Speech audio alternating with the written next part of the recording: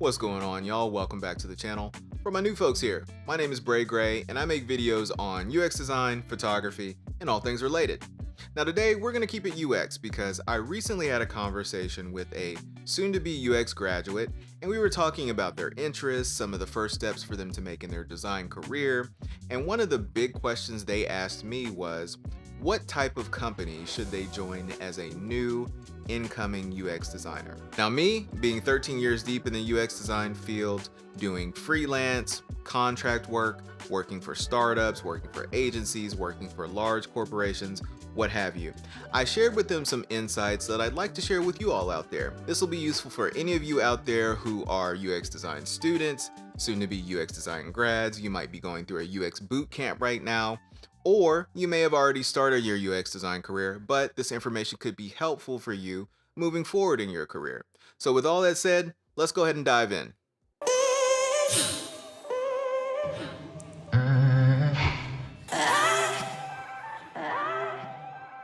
Now, a quick disclaimer before I begin. All this information I'm going to share is based off of my own personal experience. And so, while I do think this information is going to be useful for you, do not take it as 100% gospel for how your career is going to go.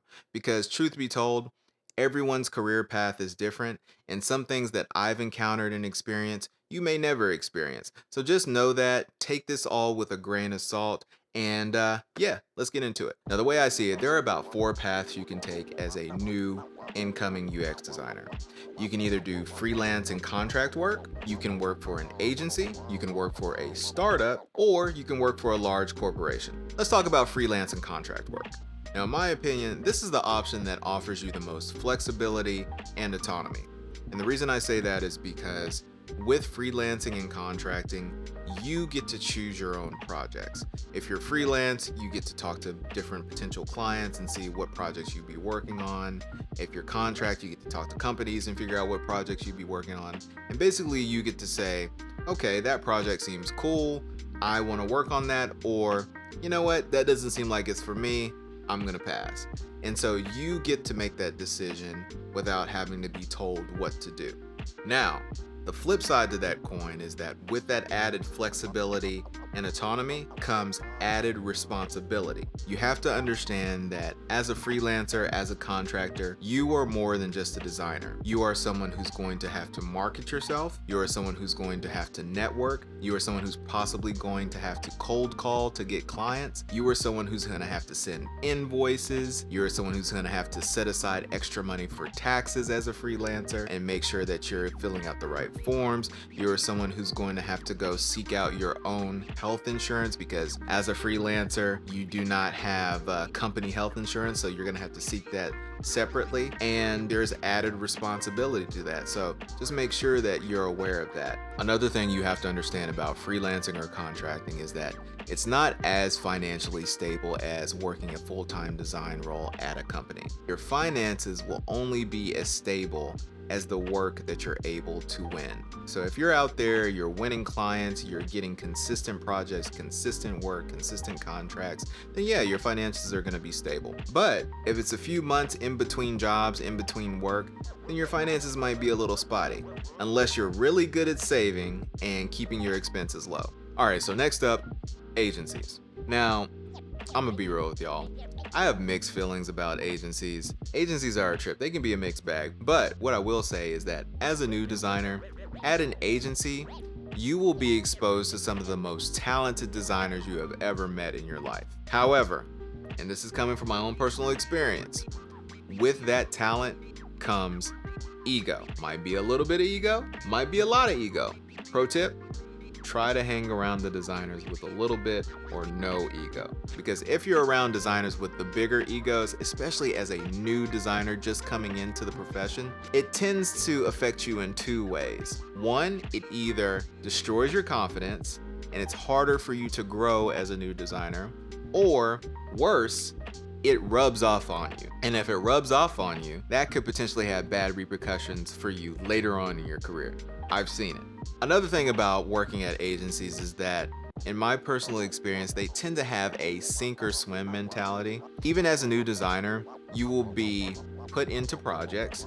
and you will be expected to lead them. You will be expected to do well in them. You will be expected to handle them with little to maybe moderate supervision depending on your experience level, but most of the time you are running the show, and so you're expected to either do well in it or you may not do well in it. And so that it's that sink or swim mentality. If you're a person that's very independent, you're a go-getter, a self-starter, very confident in your abilities as a designer, and you feel like you can lead a project, you might do well in that type of scenario. However, if you're like me, especially as a new designer looking for mentorship, looking for guidance, looking for a little bit of validation as far as knowing I'm going in the right direction, it might be a little hard for you.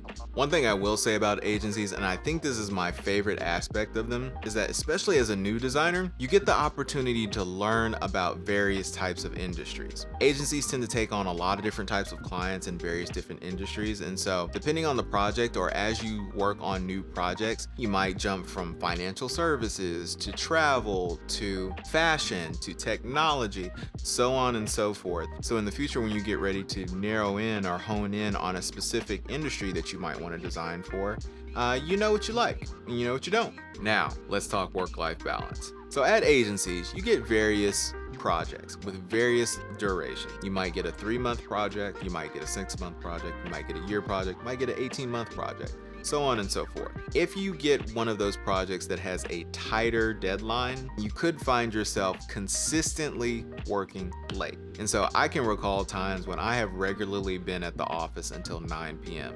I can laugh about it now, but it actually got to a point where I would come into the office in the morning and my project manager would be taking dinner orders. And I'd be like, "Sir, I have plans this evening." But those times are over for me.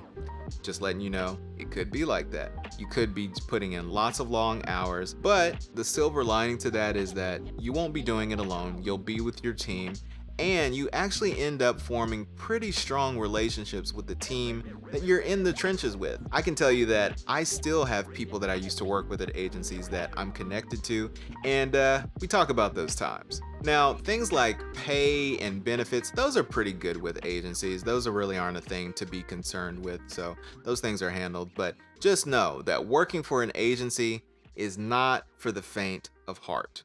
Now, startups. Now, in my opinion, startups are kind of the sweet spot for new or incoming designers. They can range in size anywhere from 1 to 10 people or 1,000 to 10,000 people. I actually don't know at what size a startup stops being a startup. It's a mystery. But anyway, my personal recommendation, if you're going to join a startup, join one at about the size of 100 to 500 people. I think that's the sweet spot. And the reason being is that if you're at a startup where it's only like 1 to 10 people, 1 to 20 people, chances are you're gonna be the only designer. I don't care if they give you that head of design title, you're gonna be the only designer.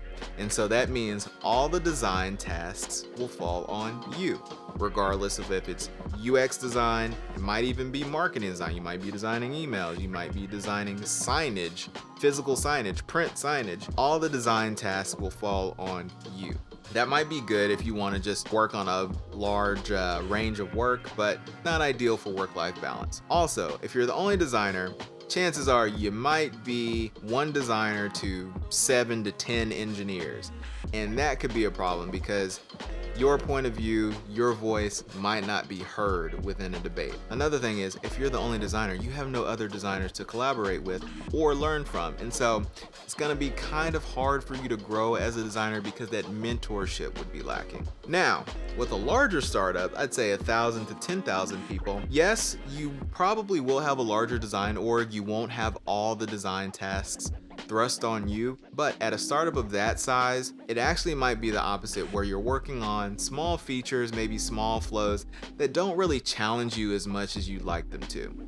The mentorship will probably be there as the design org is larger, but the work itself may not be challenging enough, and so you may be wanting for more. Now, at the size I recommended, 100 to about 500 people, you kind of get a balance where you're getting meatier projects, you are having more responsibilities, you're doing work that's challenging and interesting to you. But you also have the larger design org where you get a mentor, you get other designers to collaborate with, you have other designers in the trenches as you have conversations with engineering. And so that's kind of the sweet spot in my personal opinion. Also, as far as pay goes, the smaller startups can be a little spottier because, they don't really have everything set up with salaries and benefits and all that stuff. The larger startups, they pretty much got it all set up. Mid-range startups tend to have everything in place. Could be a little spotty depending on the startup you join, but I would encourage you, if you want to join a startup, definitely do your research on their business, how profitable they are, their funding, all of that stuff before you join them. That way you kind of have a sense of the stability of that startup. But that would be my personal recommendation. Let's go ahead and dive into the last option: large corporations or large well-known companies. These are your Apples, your Googles, your Spotifys, all of them. This is the type of company that I'm at now, and it's been the type of company I've been at in my 2 previous roles. And so what I can say about a larger company or a larger corporation for a new incoming designer is that you don't have to worry about pay and benefits. Those things are going to be there. Pay, benefits, perks, they're there. You don't have to worry about it. As far as projects and working, larger corporations, larger companies, they tend to be a little bit slower. They typically handle projects or do feature upgrades. You're working on features every single quarter, and they may not be big features, they may not be big flows, but it's definitely slow going because they have to make sure that design has input, they have to make sure that engineering has input, they have to make sure that leadership and stakeholders all have input in order to make sure that everything is handled correctly once it goes consumer facing.